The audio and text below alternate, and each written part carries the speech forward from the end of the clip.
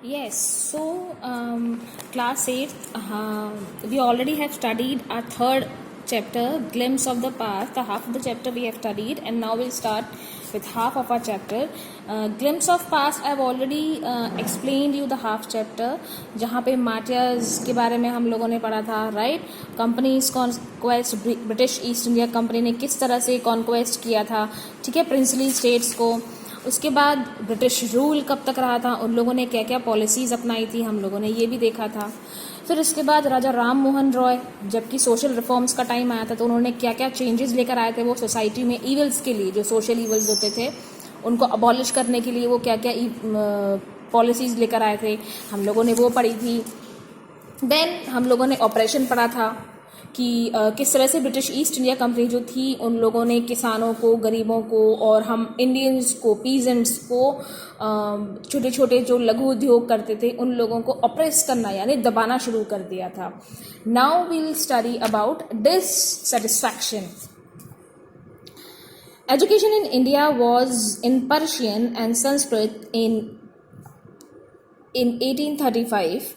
An Englishman named Macaulay suggested a change. We should teach the native through English language. उन्होंने ये बोला कि हम लोग जो नेटिव्स हैं उन लोगों को हमको इंग्लिश लैंग्वेज में पढ़ाना चाहिए. English education produced clerks to whom British gave petty jobs under them.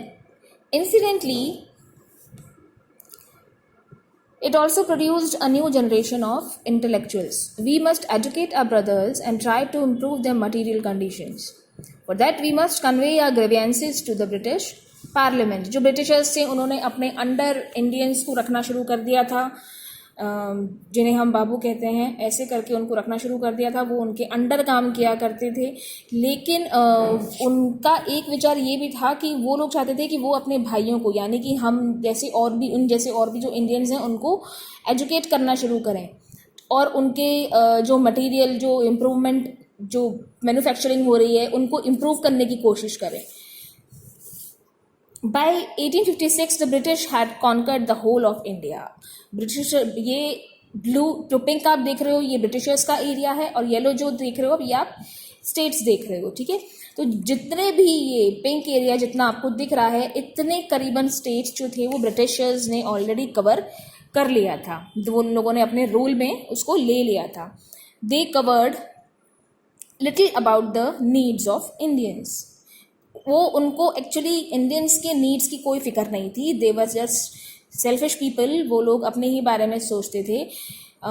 Are kings have become puppets and we have lost our jobs. जो लोग थे वो लोग आपस में यही बात करते थे कि जो उनके जो राजे महाराजे हैं वो एक तरह से इन ब्रिटिश ईस्ट इंडिया कंपनी के पपेट्स हो गए हैं, इनकी कठपुतली बन गए हैं. And lands they are converting our brothers. हमारे ब्रदर्स को भी कन्वर्ट कर रहे हैं, अपनी तरफ ले रहे हैं. They only talk, do something to drive out. वो सिर्फ बोलते हैं लेकिन करते कुछ नहीं हैं. Next, the Sparks, 1855 to 57. Texas